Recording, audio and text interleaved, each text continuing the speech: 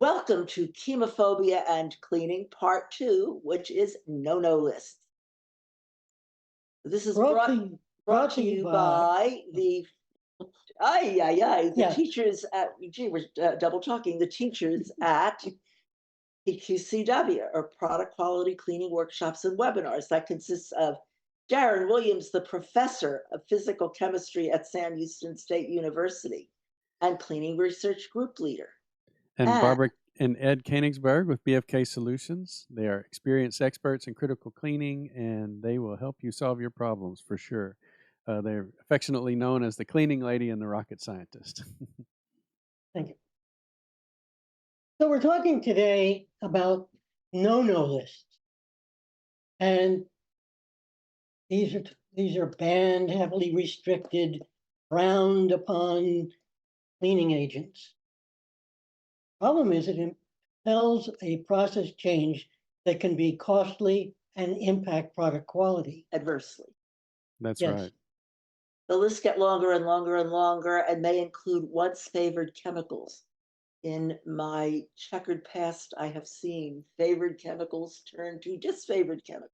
Mm, So, one of the things we're going to do is learn how no lists happen and how to protect your critical product cleaning. Oh, this is your This is yes. me.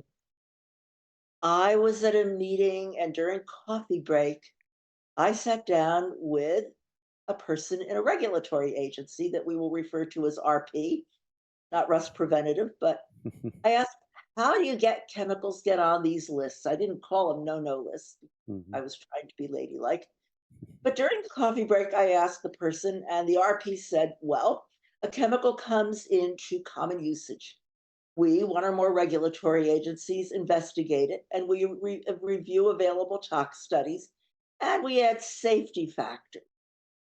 PS, parenthesis, safety factors mean you keep dividing and dividing until you get a number that's absurdly low. It's actually meant to account for interspecies differences, sensitive populations. Anyway, the RP went on to say we set what we determine to be a safe level: air, water, worker exposure, and then we restrict or ban the chemicals. Oh, so what happens next? Golly gee whiz, I asked. And the RP said, we let manufacturers pick another chemical. And I said, gee, RP, do you look at the safety of other chemicals manufacturers might pick? And the RP said, nope, we just let manufacturers pick something else. And then if that chemical is used a lot and we determine it's bad, we go after it. Does this remind you of Groundhog's Day? It Mhm. does. A movie, pretty Yes. much. So this is, this sort of iterative approach where uh, you're demonizing the next big thing, and then some new thing arises as the savior chemical, and then it turns into a no chemical.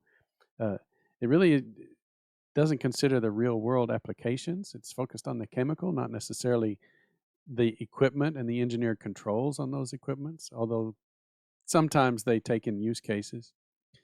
But the sad thing is it operates as a ratchet towards banning or restricting the chemical. There's a distrust of industry studies, and there's a distrust of studies that indicate that the chemical may not be a problem. So I sort of liken this to being the chemical is guilty until proven innocent, and you can't prove the chemical innocent. So it acts as a ratchet towards killing the chemical. There is a regulatory conviction that killing the chemical fixes the problem. And this is not confined to regulatory agencies. It includes governmental agencies. And even some managements of And companies. corporate. Absolutely, corporate will Yeah. say, I don't like this, make it go out of this Yeah. plant. So this brings up The 99 bottles of There's a beer beer on a alcohol. wall. sorry. Okay, No, but we're going to but say think do not about it. ingest processed chemicals, but we start with verse 1, 99 bottles of processed chemical on the wall. And you Take get the one picture. down. It looks Yes. promising. Yeah. Change the process, validate, spend money. It works well, but then the regulators ban it. That's a terrible way of, anyway. Yeah. Anyway, But then you start with 98 bottles. and it winds up you're going down to the That's end right. of the puddle 97th. by You're down to you've gone 97 bottles, you're And down, and and the chemical, and you pull it down, and it doesn't look like it's going to work. And it's now the you've run chemical. out of choices. You really have no choices. It's the chemical equivalent of light, no carb, non-alcoholic beer. You try to change to validate the new process, spend even more money, and the performance is not worth crap. Excuse my French. And what Mhm. next? Do you go out of business? Do you relocate? Maybe that's all that happened. Maybe that's all you can do. So Ed Okay. found the periodic table of safe elements. What does it look like, Ed? There it is. It's All of the safe elements are named on that it's a chart. blank table. And let me point out that every one of these elements is all natural. Yes, It is all natural. Yes. That's And true. most of them are in your drinking water. That's Okay. true. So the point is the toxin is the dose. You can't just point to arsenic and say, oh my gosh, that's the worst thing on earth. You cannot have any arsenic at all whatsoever. But yet there's an allowable limit of arsenic because it's in natural waters. yes. And It's a so we natural. need to pay attention to the exposure route, the dose, the levels of exposure. And sometimes things that we think of as poisons actually taste pretty good. Well, they're in Like apricot jam. apricot Inherently, almonds contain cyanide. Cyanide, exactly. yes, they do. I am not afraid to put apricot jam on toast. Yeah, anyway, so So, we've been talking about solvent bans. and this is our view. It's not the EPA or OSHA's view. But Yeah. we think the bans don't fix anything. We get personifications of solvents. The substitutes that we come up with frequently have their own safety and environmental issues. As we've said before, most chemicals can be managed safely, not just the chemical, it's the process. Let me jump in on this one. Again, if inhalation is the risk, that you can fix that with engineered controls. You can have sealed systems. You can have negative pressure systems. You can have systems that recycle the solvent so it doesn't get into the environment. I mean, there's a lot of engineering that can go in to allow us to safely use these chemicals. I should also point out that a lot of the newer toxicity assessments and are extremely dense, difficult to read, and one ends up with exceedingly low levels that I don't find justified. And it seems to me that tox studies ought to be clear and transparent and able to be understood, because Ed likes to say rocket science isn't most of it. And I would Yes. say most of toxicity and brain surgery isn't. I wouldn't want to do brain surgery, but the toxicologists really need to do a better job of justifying what they're saying. Bans and phase out are not a sustainable approach. We talk about Yeah. sustainability a lot. You get disruption, loss of efficiency, costs, and product performance concerns. And the exporting of industry to other countries. Right. That's a great point.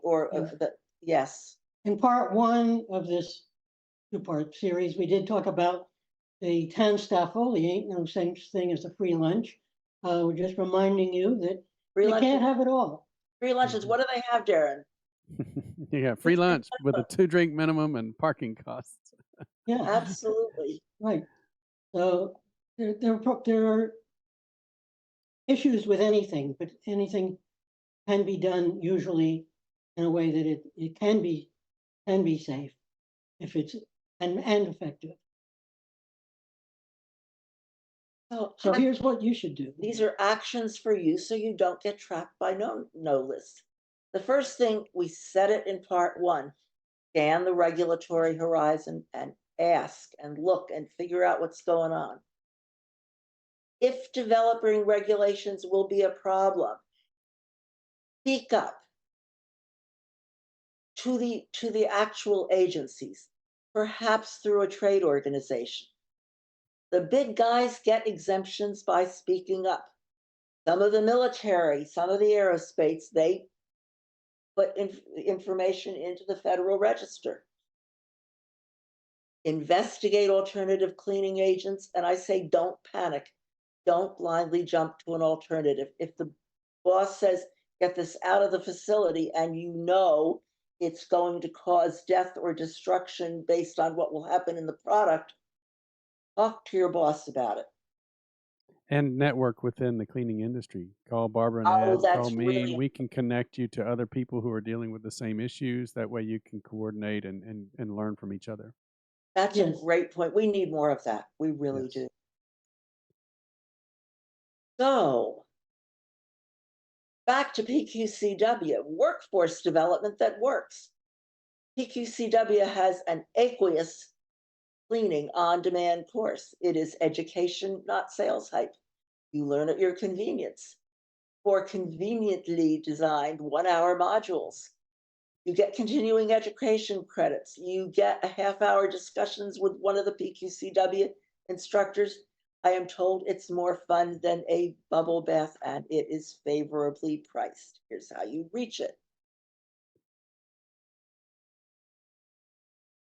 And you can also reach out to us. Here's our email addresses, and we're always here for you. We can connect you to other people in the cleaning area. We might be even to, might even be able to answer some of your questions directly. So uh, thank you for joining us with this episode of Clean Critically, part 2 of chemophobia. And any parting thoughts, Barbara, Ed? Heck, me? What? Oh, Yeah. I'm gonna say you don't panic. That's right. And you don't, I think the best thing you can do is Be educated. be educated, be smart. If somebody says chemical X is going away, you got to buy my product instead. My product is the only one that's going to work. I would be a little doubtful, wouldn't you, Yeah. Dan? Yes, my radar will And be going off. you can give us a call or shoot us an email. Let us know what's on your Yeah. mind, and we'll talk to you about it. Yeah, that sounds great. See you next time.